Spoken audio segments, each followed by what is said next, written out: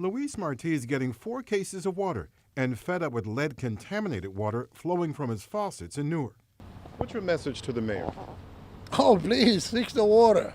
Seconds later, Newark Mayor Ras Barak arrived to begin touring 3 of the city's 4 bottled water distribution centers and teasing reporters about a major development to come this weekend. You know, if it pulls through, we'll be able to make an announcement next week about some advances that we'll be able to make that'll be very helpful for us around lead replacement.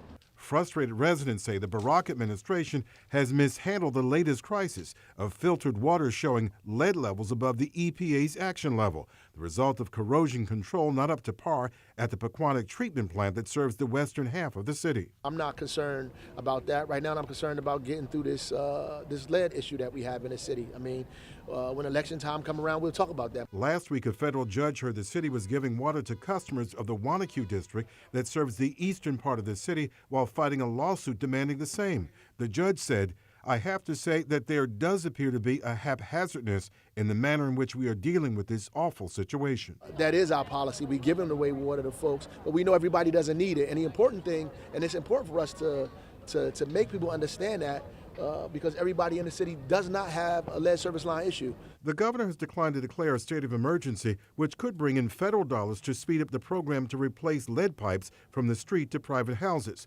Baraka says he doesn't like the optics of National Guard troops in the city, but what if it means replacing pipes quicker? At the end of the day, everybody knows that the infrastructure is bad, the same way we know that the tunnels going into New York City are terrible, and that one day, if they don't get fixed, it's going to be a terrible accident there. We just have to move our priorities into dealing with the infrastructure that needs to be dealt with. The stop at the Community Food Bank of New Jersey here in Hillside shows Newark has a lot of generous donors. The food bank has collected hundreds of thousands of bottles of water after the call went out. Plainfield's mayor donated 5 truckloads. It's overwhelming that they want to help Newark out, and most of these people who gave all this water in, they're not, on the press, they're not on TV, they're not doing that. They got a call that their neighbors were in need. Governor Phil Murphy on MSNBC's The 11th Hour with Brian Williams, refuting critics who have said if Newark were an affluent suburb, this crisis would have been handled differently. And I think any insinuation that we're dealing with Newark differently than we would with some other community has no basis whatsoever in fact.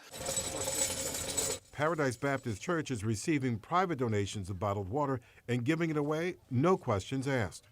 God gave me the vision, and the folks are sending the water, and I'm giving it to our people.